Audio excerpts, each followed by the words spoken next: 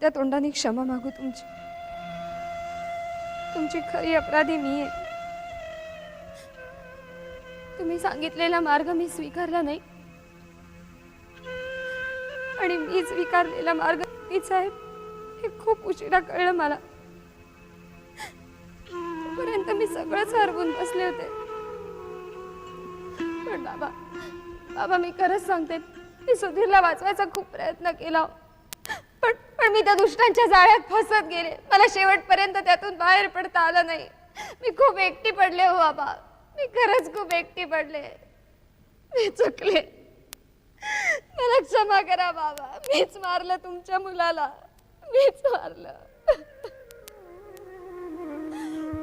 ही होती माझ्या दुर्दैवी आयुष्याची कहाणी. जससाहेब, आपण द्याल ती शिक्षा भोगायला मी तयार आहे, कारण माझा घात मीच केलाय. त्यामुळे होणारे परिणामही मलाच भोगावे लागतील. पण जससाहेब, या समाजाने माझ्यावर कोणतेही आरोप केले ना, तरी नवऱ्याला वाचवण्याची माझी तळमळ प्रामाणिक होती, हेच मी यांना समजून सांगायचा प्रयत्न करते. पण दुर्दैव माझं, मला कोणी समजूनच घेतलं नाही. नवरा गमावून बसलेल्या अभागिनीचं दुःख या समाजाला कळलंच नाही आणि म्हणूनच नवऱ्याच्या मृत्यूचं पातक त्यांनी माझ्या पांढऱ्या कपाळावर लिहिलं. जससाहेब, ज्योत रात्रभर जळते ती सकाळ होईल या आशेवर, पण माझ्या आयुष्यातली सकाळ कधी झालीच नाही. मी फक्त जळत राहिले माझ्या पतीच्या प्राणासाठी, पण माझ्या नशिबात फक्त अंधार आला. सुखाचं शुभ्र वस्त्र पांघरण्याच्या नादात दुःखाची काळी झालर पांघरली मी. धाग्यात गुंफलेल्या मुठभर काळ्या मण्यात 7 जन्माचं बंधन असतं, ते मणी मी माझ्याच हाताने तोडले. कपाळावरच्या लाल कुंकवात स्त्री जातीचं सौभाग्य असतं, ते सौभाग्य मी माझ्या स्वतःने पुसलं. जससाहेब, जससाहेब, माझा कुंकू मीच पुसलं, माझा कुंकू मीच पुसलं.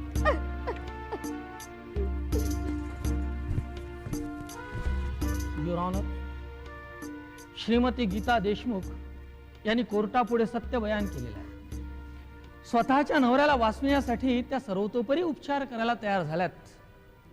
ही त्यांची चूक होती असं जर आपण गृहीत धरलं, तर उपचारादरम्यान डॉक्टर रुग्णावर कोणता इलाज करतो याची ज्याप्रमाणे सर्वसामान्य रुग्णांना जराही कल्पना नसते, त्याचप्रमाणे ठाण्यावरील उपचाराबाबत श्रीमती गीता देशमुख या पूर्णपणे अनभिज्ञ होत्या, हेही तितकंच खरं आहे.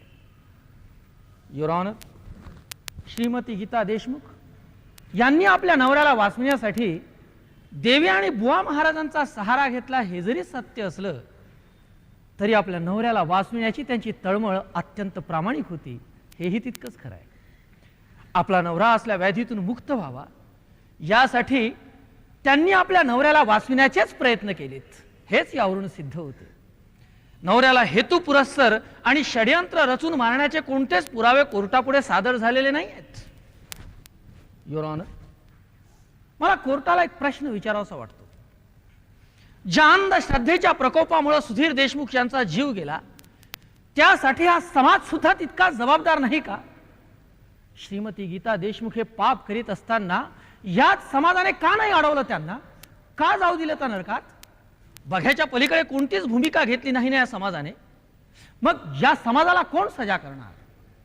अंधश्रद्धेची पळामुळं जिथं खोलवर रुजली आहेत अशी चंद्राबाई सारखी असंख्य ठाणी माहीत असताना सुद्धा पोलीस त्यावर कोणतीही कारवाई करीत नाही.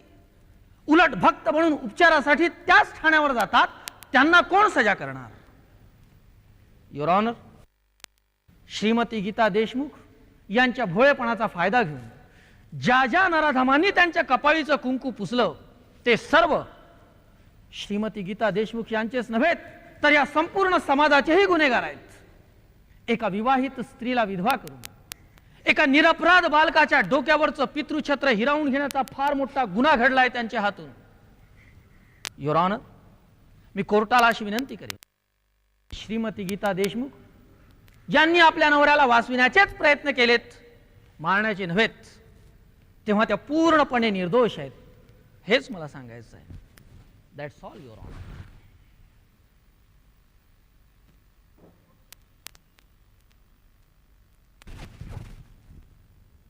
यू ऑनर, आरोपीच्या बचावासाठी केलेलं भाषण म्हणजे एक भावनाप्रधान संभाषण म्हणून त्याचा उल्लेख करावा लागेल.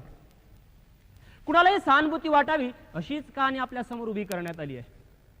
पण कायदा भावना जाणत नाही. न्यायाची इमारत सहानुभूतीच्या कच्च्या विटार उभीच राहू शकत नाही. यू ऑनर, 4 दिवस आपला नवरा अन्न पाण्याविना भर उन्हात बांधला जातो.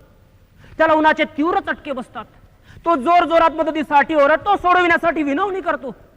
तरी त्याची स्वतःची बायको त्याला कुठलीच मदत करीत नाही. त्याला मराला तशीच सोडते. याला उपचार म्हणाल की विकृती? हा भयंकर प्रकार पाहून दगडालाही पाजर फुटला असता. पण आरोपी गीता देशमुख यांना सुधीरच्या वेदनांचा जराही कळवा आला नाही. भर उन्हात विवळणाऱ्या नवऱ्याला कोणती पत्नी सोडवायला धावणार नाही. कोणती भारतीय स्त्री त्याच्या तोंडात पाणी घालणार नाही. पण असं घडलंय हो ना. यापैकी एकही गोष्ट श्रीमती गीता देशमुख यांनी केली नाही.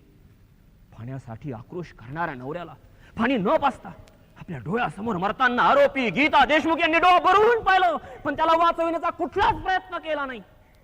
याचा अर्थ काय? वडला समान असणाऱ्या सासऱ्यांनी मांत्रिकाकडे जाण्याची मनाई केली असताना सुद्धा आरोपीने तोच अघोरी मार्ग निवडला. याचा अर्थ काय? मयत सुधीर देशमुखची इच्छा नसतानाही, त्याच्या लाख विरोधानंतरही सासरे गावी नाहीत हे बघून त्याला जबरदस्तीने धरून बांधून मांत्रिकाकडे नेलं. याचा अर्थ काय? या सर्व गोष्टीचा अर्थ एकच युवान, आरोपीला नवऱ्याच्या आजाराचा कंटाळा आला होता. पर्यायाने नवऱ्याचा कंटाळा आला होता. त्याच्यावरचं प्रेमच आटलं होतं. वेड्यासारखा उन्मत्त वागणारा नवरा असला का किंवा नसला काय, हा विचार करून त्याच्यावर क्रूर आणि अघोरी उपचार करून त्याला ठार मारण्यात आलाय. म्हणून हा अपघात नसून खून आहे, खून. युवान, आरोपी गीता देशमुख या पदवीधर आहेत, शिक्षक आहेत. त्यांना वैद्यकीय शास्त्राची भाषा समजणे याचंच आश्चर्य वाटतं. मेडिकल सायन्सच्या मतानुसार हा रोग कोणालाही होऊ शकतो. हा एक मानसिक आजार. मेंदूमधील रासायनिक परिवर्तनामुळे हा रोग होतो. या रोगाची व्याप्ती संपूर्ण जगभर असून 100 पैकी 1 व्यक्ती कधी ना कधी या आजाराला बळी पडतो. भारतात सुद्धा 1 कोटीपेक्षा जास्त लोक या आजाराने ग्रस्त आहेत. कुणात त्याची तीव्रता कमी तर कुणात जास्त. याचा अर्थ भूताने पछाडला असा करायचा का? केस वाढवून अंगात भूत आणणे, देवी देवता आणणे हा धर्म नाही, ढोंग आहे, ढोंग. संत गाडगे महाराजांनी त्यांचं अख्खं आयुष्य समाजातील अशा ढोंगावर प्रहार करून समाज प्रबोधन केलं का आजचा दिवस पाडण्यासाठी. अज्ञानात, अंधश्रद्धेत बुडलेल्या, सत्व हरवून बसलेल्या बहुजन समाजाला जागे करण्यासाठी संत तुकारामाने आपल्या 42 वर्षाचं आयुष्य झिजविलं. ते काय लबाडांच्या आरी जाण्यासाठी? अंधश्रद्धेच्या विरोधात संत एकनाथांनी 16व्या शतकात आपली वाणी आणि लेखणी झिजविली. ती का अंधश्रद्धेपोटी कोणाचा तरी जीव जावा म्हणून? नाही मिलॉर्ड, नाही. त्यांच्या कृतीचा आणि विचाराचा अनुकरण या काळात आपण करीत तर नाहीच, पण त्यांच्या पवित्र कार्याचे वाभाडे जाहीररित्या काढतात. हे वर्तमान सत्य आजच्या प्रकरणावर आपल्या समोर आलेलं आहे. अंगात देवी देवता आणणाऱ्या महामानवांच्या बाबतीत एक प्रश्न करा असा वाटतो जस साहेब. आयुष्यभर सकाळ संध्याकाळ पूजापाठ करणाऱ्या शुद्ध शाकाहारी उच्चवर्णीय कुटुंबातील एखाद्या भक्तावर परमेश्वर प्रसन्न होऊन त्यांच्या अंगात प्रवेश केल्याचं ऐकिवात नाही. मग पूर्वी गावोगाव बाजार बाजार भटकून हॉटेलचा व्यवसाय करणाऱ्या, मांसाहार सेवन करणाऱ्या चंद्राबाईच्या अंगात देवीने प्रवेश करावा ही आश्चर्याची बाब नाही का? ज्या महाराजाच्या सल्ल्यावरून मयत सुधीर देशमुख ठाण्यावर नेण्यात आलं, त्या महाराजाला पोस्टातील पैशाची अफरातफर केल्याच्या आरोपावरून पोस्ट खात्यातून बडतर्फ करण्यात आलाय. आणि ज्याची केस अजून न्यायप्रविष्ट आहे, त्या महाराजात या सामान्य जनतेला महापुरुष दिसावा, याला आपण काय म्हणाल मिलॉर्ड? समाजातील अशा अनेक भुंदूच्या अंगात देवी देवता आल्याचं आपल्या ऐकिवात आहे. पण एखादा डॉक्टर, वैज्ञानिक, इंजिनियर यांच्या अंगात तो का प्रवेश करीत नाही याचाही विचार आपण सर्वांनी करायला हवा. ज्युरीतील सज्जनो, देवी देवतांच्या अस्तित्वाचा गैरउपयोग करून या ढोंगी साधूंनी आणि मांत्रिकांनी आपल्या समाजाला लुटलेला आहे. देवाधिकांच्या नावाखाली धंदा उघडून बसणाऱ्यांची संख्या दिवसेंदिवस वाढतच चाललेली आहे. पण अजूनही आमच्या समाजाचे डोळे उघडलेले नाही. ही खरी शोकांतिका आहे. देव पाहायची वस्तू नाही, तर स्वतःच्या कर्तृत्वानेच माणूस देव बनू शकतो हे ज्या दिवशी या देशातील लोकांना कळेल त्याच दिवशी या देशातील अंधश्रद्धा नष्ट होईल आणि पुन्हा सुधीर देशमुख सारख्या निष्पाप माणसाचा जीव जाणार नाही.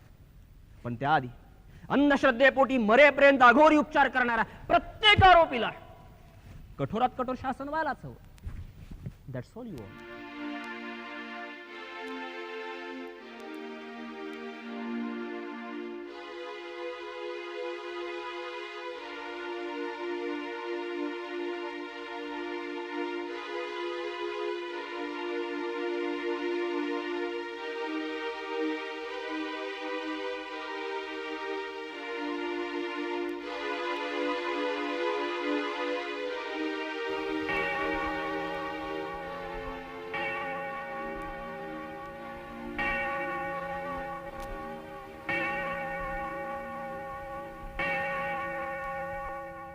Court is ॲडजॉर्न.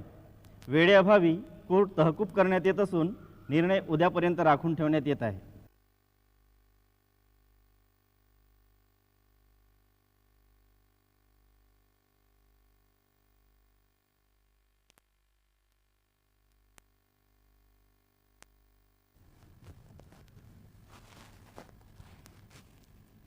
मी स्वतः संपूर्ण साक्षीदारांचे बयान सूक्ष्मरित्या तपासून सरकारी आणि बचाव पक्षाचे म्हणणे ऐकले आहे. त्या सर्व मुद्द्यांचे अवलोकन करून मी त्यावर निर्णय देत आहे. 1. घटनेच्या दिवशी दुपारी 3 वाजता सर्व आरोपींनी जाणून बुजून जिवंत मारण्याच्या उद्देशाने मृतकाला उपाशी व पाण्याविना भर उन्हात दोराने बांधून ठेवले हे फिर्यादी पक्षाने सिद्ध केले आहे. 2. सर्व आरोपींनी जाणून बुजून मृतकावर मांत्रिक विधीचा उपचार करून बेकायदेशीरपणे ड्रग्ज अँड रेमेडीज ॲक्ट 1994 कलम 7 नुसार गुन्हा केल्याचे फिर्यादी पक्षाने सिद्ध केले आहे. या प्रकरणातील पुराव्यावरून असे दिसून येते की आरोपी हे फौजदारी वृत्तीचे असून ते सर्वच यामध्ये दोषी आढळलेले आहेत. उपलब्ध पुरावे आणि आरोपींची वृत्ती यावरून त्यांनी गुन्हा केल्याचे सिद्ध झाल्याने आरोपींना शिक्षेबद्दल कोणतीही सुनावणी करण्याची संधी न देता खालीलप्रमाणे आदेश देत आहे. आरोपी गीता देशमुख, चंद्राबाई शिंदे, पोपट शिंदे आणि महाराज उर्फ चरणदास चिमुरकर यांना भारतीय दंडविधान कलम 302 खाली जन्मठेपेची शिक्षा देत आहे. चुकले जरी मी दोष न माझा, माहित नाही दोष कोणाचा. भले भावया आशा धरुनी, विवेकासी मी दूर कायद्याने जरी तुला गुन्हेगार ठरवलं असलं तरी माझ्या नजरेत तू निर्दोष आहेस. नवऱ्याला वाचवण्याच्या शुद्ध भावनेतूनच तुझ्या हातून न कळत पण हा गुन्हा घडलाय. पण कायदा भावना जाणीत नाही म्हणून तुला एवढी मोठी शिक्षा भोगावी लागत आहे. अंधश्रद्धेच्या आहारी जाऊन यापुढे कुणाच्याही हातून असा गुन्हा घडू नये एवढीच या दुर्दैवी बापाची इच्छा आहे. बेटा, तुझा जन्मदाता नसलो तरी सख्ख्या मुलीप्रमाणे माया केली आहे मी तुझ्यावर. तुझी परतण्याची अखेरपर्यंत वाट पाहिजे. तुम्ही मला क्षमा केलीत ना, बस आणखी काही नको मला. आयुष्यात थोडं जरी पुण्य केलं असेल तर पुढच्या जन्मी तुमची मुलगी म्हणून जन्माला येईन एवढाच आशीर्वाद द्या. येते मी. आई, हे पोलीस तुला कुठं घेऊन चालले ग? कुठे नाही बाळा, माझ्या पापाचं प्रायश्चित्त घ्यायला. मी सुद्धा येतो ना ग तुझ्या बरोबर.